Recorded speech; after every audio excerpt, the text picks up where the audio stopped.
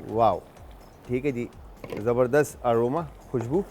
ठीक है जी, एक दफ़ा इसको हम मिक्स करते हैं और ज़्यादा कोई रॉकेट साइंस स्पाइसेस हमने इसमें ऐड नहीं किए कूटे हुए जो या पाउडर फॉर्म में। हमने बड़ा सिंपल सा रखा है खड़े मसाले के साथ इसको। और ये कुकड हो रही है इस वक्त माश की दाल, जैसे ही पानी इसका खुश्क होता है इसको थोड़ा भूनेंगे और उसके बाद हम इसको सर्व करेंगे।